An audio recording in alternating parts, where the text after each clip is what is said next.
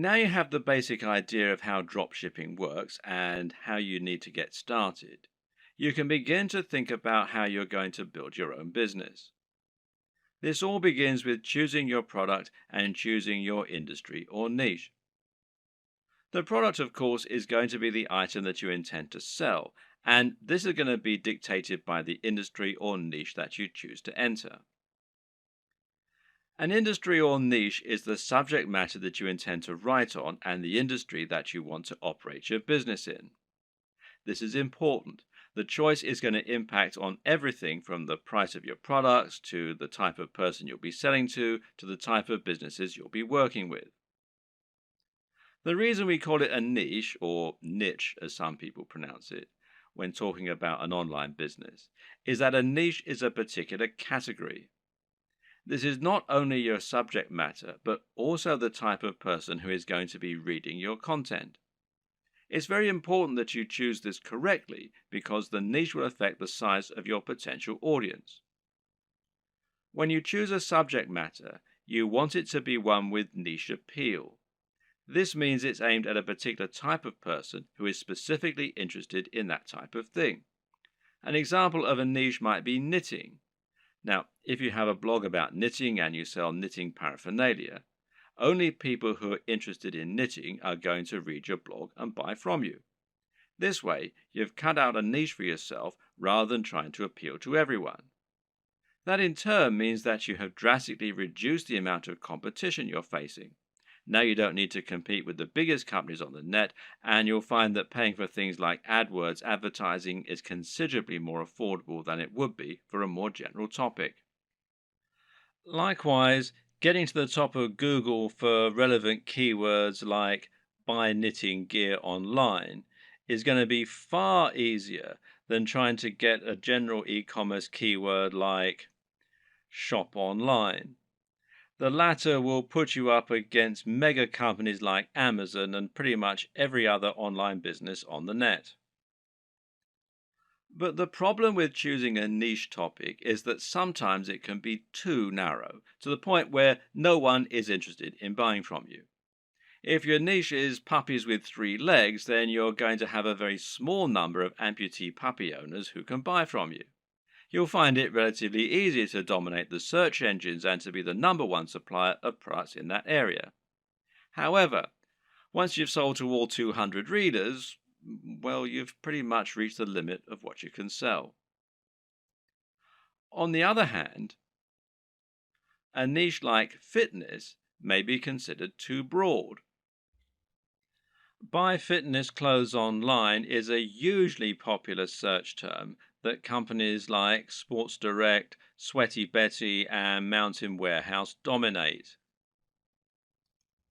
Even ranking for search terms like how to build muscle is going to be very difficult.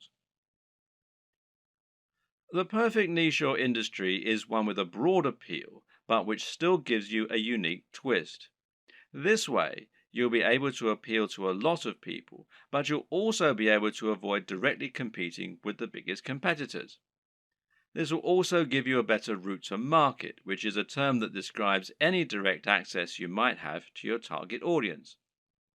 An example of a route to market would be a forum dedicated to the subject matter you're writing about, or an industry magazine. With all this in mind, how do you find the perfect niche for you? Well, there are a few things to consider. Now, a lot of people watching this are going to already have a blog or a website. In that case, the best niche is obviously going to be the one that you're already in. All you need to do is simply pick a product that your current readership will enjoy. You should already have their trust, so all that's left to do is to offer them products and explain how and why they can benefit from them. Then there's an area you're already interested in.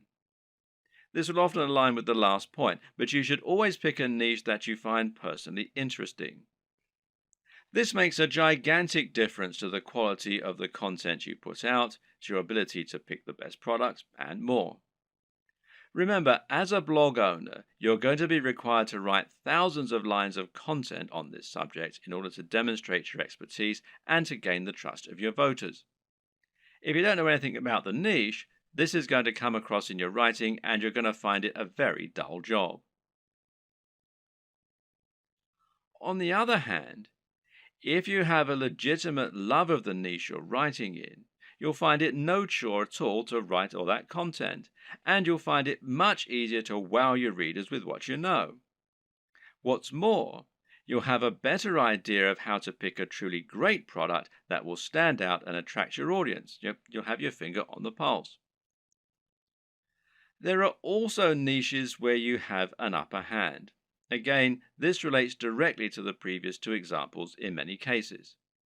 Suffice to say that most of us will have contacts and advantages in some niches that give us an edge.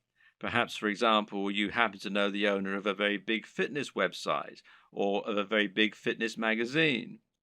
Knowing this person will thereby make it much easier for you to get a cheaper advert or maybe even an article inside the magazine.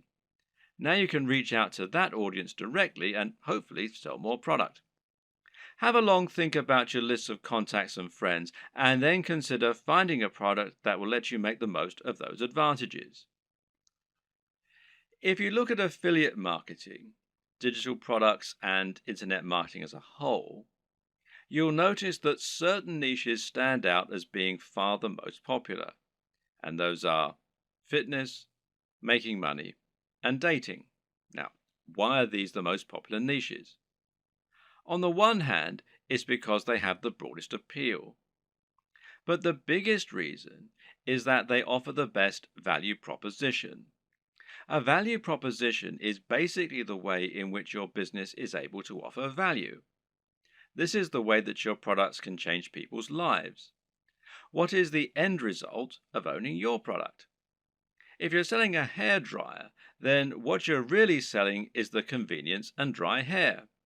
If you're selling clothes, then what you're really selling is the ability to feel good about yourself, to look sexy, and hopefully to thrive in your career and in dating as a result. This is what sells. Try and sell a book about cats, and you're not really offering much beyond a few hours of entertainment. But sell a book about making money, and you're selling a dream. By choosing a product that can really change people's lives, you're providing much more value, even if the manufacturing costs stay the same. Now, this lets you charge more and make more money as a result, and it basically comes down to the niche. In order to tick all these boxes, one strategy you can use is to target a sub-niche, a niche within a niche. An example of this is targeting a specific type of person within the fitness niche. How about fitness for the over 50s or dieting for the diabetic? You could even do strength training for martial artists. In this latter example, you've actually combined two separate niches in order to offer something truly unique and interesting.